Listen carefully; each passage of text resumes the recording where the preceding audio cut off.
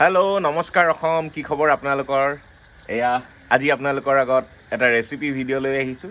দেখিছে বনি আছে হাঁহৰ মাংস, হাঁহ কোমোৰাৰ জুতি জুইত বনিব। আমি এতিয়া ঘৰৰ বাহিৰতে আজি জুইত বনাই আছোঁ হাঁহ কোমোৰা জুতি, আৰু এয়া আমাৰ মেডাম। আৰু লগতে এটা স্পেচিয়েল কি আছে জানেনে? বৰা চাউলৰ চেৰা দিয়া ভাত। হয়, চেৰা দি থৈছে আপোনালোকক, ভিডিঅ'টোত আপোনালোকে দেখাই পাব। চেৰা দিয়া ভাত আৰু হাঁহৰ মাংস কোমোৰাৰ লগত, তাকো জুইত বনোৱা। আহক ভিডিঅ'টো ষ্টাৰ্ট কৰোঁ। ৰেচিপিৰ কাৰণে প্ৰথম বস্তুটোৱে লাগিব হাঁহ। গতিকে আমি 6 মাইলত থকা এখন দোকানৰ পৰা হাঁহটো কিনিবলৈ আহিলোঁ। আৰু ঘৰতে আছে আমাৰ এয়া কোমোৰা। কোমোৰা আমাৰ গছতে লগা, বহুত দিন হ'ল খালি থৈ দিয়া। আৰু ফাইনেলি আজি ইয়াক কাটিম, কাৰণ হাঁহ নহ'লে কোমোৰা খাই আমেজ নাই, নে কি কয়? আৰু আমি হাঁহৰ মাংস খাম বৰা চাউলৰ লগত। বৰা চাউল চেৰা দিব, গতিকে ইয়াক আমি আগদিনাখন ৰাতিয়ে তিয়াই থৈ দিছোঁ এনেদৰে পানীত। এতিয়া আমি হাঁহ বনাবলৈ বাকী যোগাৰখিনি কৰি লওঁ। যোগাৰ মানে হাঁহটো মেৰিনেশ্যন কৰিব লাগিব। It's time for marinate. যিমান ধুনীয়াকৈ মেৰিনেট কৰে, যিমান ধুনীয়াকৈ সানি পেলাই থয়, সিমান বেছি খাবলৈ সোৱাদ হয়।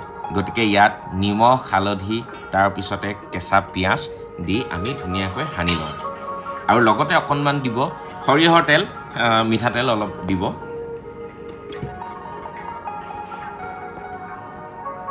আৰু এইখিনি হ'ল পেষ্ট, আদা নহৰু আৰু জলকীয়া থকা। এয়া আদা নহৰু জলকীয়া আমি মিক্সিত ধুনীয়াকৈ পেষ্ট বনাই লৈছিলোঁ।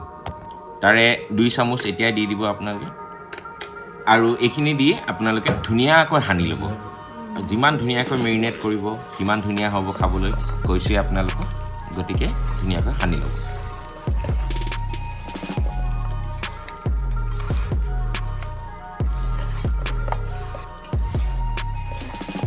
আৰু আনফালে গেছত ফ্ৰাই পেন এখনত দি লৈছোঁ গোটা মছলা, ধনিয়া, ইলাচি, জিৰা, লং, ডালচেনি আৰু শুকান জলকীয়া কেইটামান।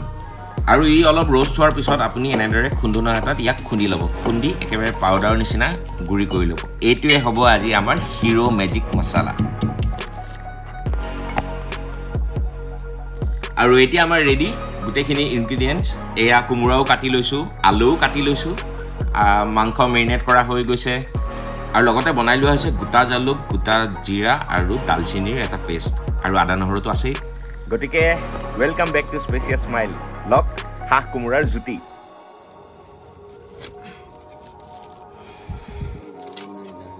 আৰু সদায় প্ৰথম ষ্ট্ৰাগলটো হয় জুই জ্বলোৱাটো, খৰিত জুই জ্বলোৱাটো। কাৰণ খৰিবিলাক অলপ সেমেকি আছে, এইকেইদিন বৰষুণ দি আছিলে। দেউতাই ওপৰত থকা কিছুমান চাটাৰিঙৰ কাঠ যোগাৰ কৰি দি আছে আজিৰ ৰেচিপি বনাবৰ কাৰণে। গতিকে থেংকছ টু দেউতাও। আৰু ফাইনেলি জ্বলি গৈছে জুই, উঠি গৈছে কেৰাহী জুইত, আৰু এতিয়া সময় হৈছে তেল দিয়াৰ। এতিয়া আমাৰ ৰেচিপি ষ্টাৰ্ট। তেলখিনি গৰম হোৱাৰ পিছত এনেদৰে তেজপাত দি দিব, আৰু লগতে আমি দিছোঁ 2টা শুকান জলকীয়া। আপোনালোকৰ কথা, জ্বলা যদি কম খায় শুকান জলকীয়া নিদিব। আৰু এতিয়া সময় হৈছে মাংসখিনি জুইত দিয়াৰ। আমি পোনপ্ৰথমেই মাংসখিনি জুইত দি দিছোঁ, কাৰণ এয়া হ'ল হাঁহৰ মাংস। হাঁহৰ মাংস সিজোঁতে বহুতখিনি সময় লাগে। গতিকে প্ৰথমৰ পৰাই আমি ইয়াক ধুনীয়াকৈ ফ্ৰাই কৰিব লাগিব।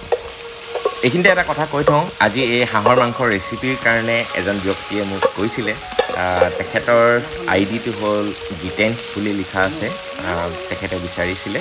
গতিকে তেখেতৰ কাৰণে ডেডিকেশ্যন কৰি দিছোঁ।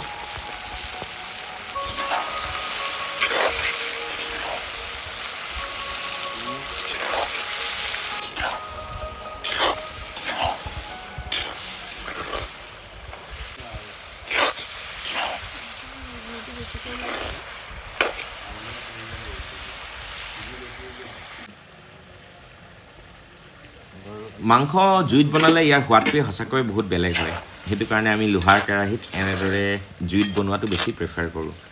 আৰু হাঁহৰ মাংস সিজিবলৈ যথেষ্ট সময় লাগে, গতিকে গেছো বহুত খৰচ যায়।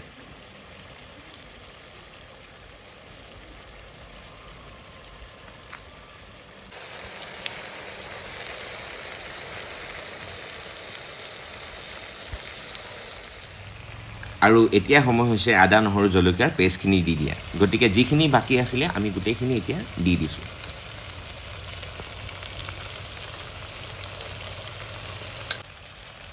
আৰু লগতে দিছোঁ এই যিখিনি কৈছিলোঁ গোটা জিৰা গোটা জালুক আৰু ডালচেনিৰ যোনখিনি পেষ্ট বনিছিলে সেইখিনি আমি তাৰে 3 চামুচ দিছোঁ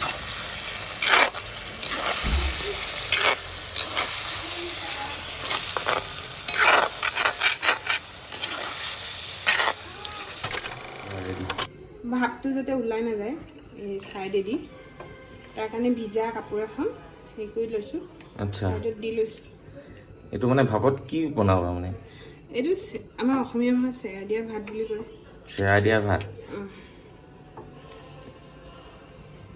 এয়া চাউলখিনি বৰা চাউল আছিলে আৰু বৰা চাউলৰ লগত আজি জুতি হ'ব হাঁহ মাংসৰ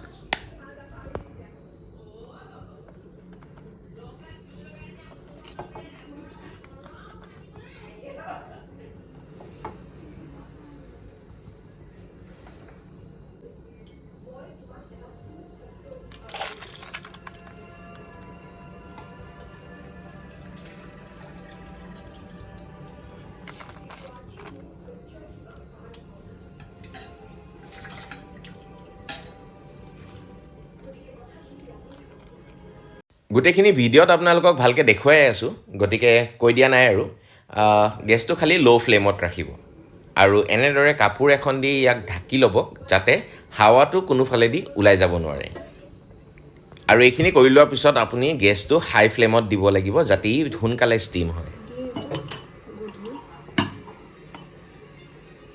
আৰু হেৰিটো জুইটো পুৰা ফুল ফ্লেমত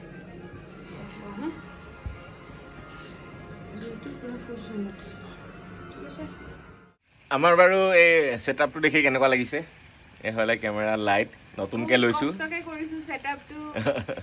আৰু জুইও বহুত কষ্টকৈ ধৰিব লগা হৈছে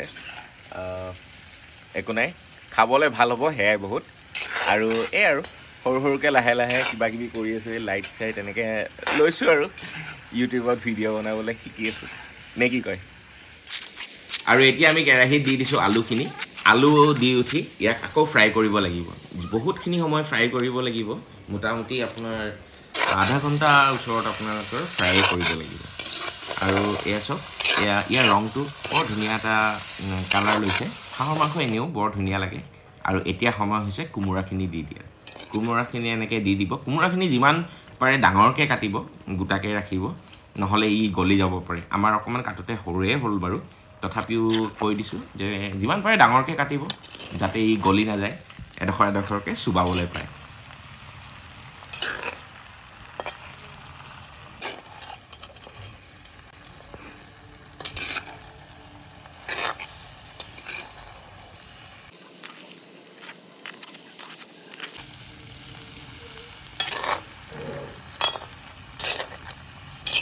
আৰু এতিয়া অকণমান পানী ছটিয়াই দিব নহ'লে তলত লাগি ধৰিব পাৰে বেছি নিদিব অকণমান পানী দি ইয়াক আপুনি ঢাকনি এখন মাৰি ঢাকি থ'ব ধুনীয়াকৈ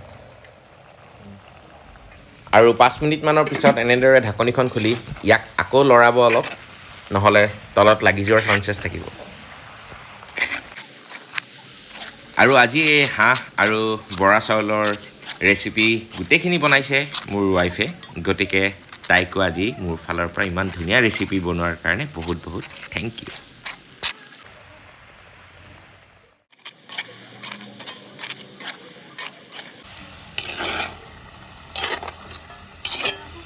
এয়া দেখিছে আপোনালোকে মাংস অলমষ্ট সিজিছেই ইয়াক ফ্ৰাইকৈ খাব পৰা হৈছে খালি আমি ইয়াক গ্ৰেভি বনাব লাগিব যিহেতু ভাতৰ লগত খাম গতিকে ইয়াক অলপ পানী দিব লাগিব কিন্তু এনেই খাব পৰা হৈ গৈছে মাংস এয়া অৱশেষত আমি পানী দি দিছোঁ পানী আপোনালোকে জোল যিমানখিনি হিচাপত থিকনেছ লাগে সেইটো হিচাপত দি দিব যদি গ্ৰেভি খাই কমকৈ দিব জোল খালে অলপ বেছিকৈ দিব আৰু এইখিনি সিজোতে প্ৰায় 45 মিনিট সময় লাগিলে এতিয়ালৈকে মোটামুটি হাঁহৰ মাংস বনাবলৈ 1 ঘণ্টাৰ ওচৰত লাগে তেতিয়াহে ধুনীয়া টেষ্ট এটা হয়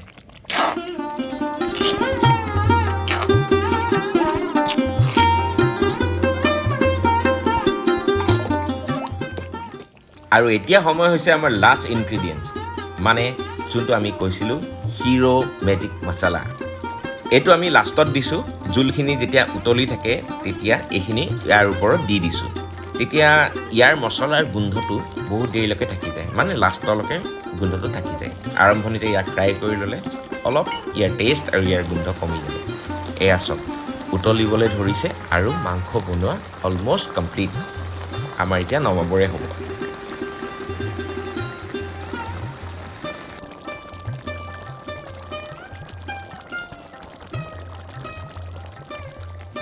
ৰ'ব ভাতখিনি দেখাবলৈ পাহৰিছিলোঁ আমাৰ আধা ঘণ্টা লাগিলে ভাতখিনি সিজোতে এয়া ভাতখিনি নমাবলৈ হ'ল উলিয়াইছোঁ এয়া চব বৰা চাউলৰ আঠা দেখিছেনে বৰা চাউলৰ ভাত আঠা হ'বই কিন্তু খাবলৈ বহুত টেষ্টি কিন্তু প্ৰেছাৰ থকা মানুহৰ কাৰণে অকণমান সাৱধান দুইটা বস্তু কম্বিনেশ্যন গম পায়েই and it's time for unboxing এয়া বৰা চাউলৰ ভাত মাংস সকলোখিনি চাই থাকক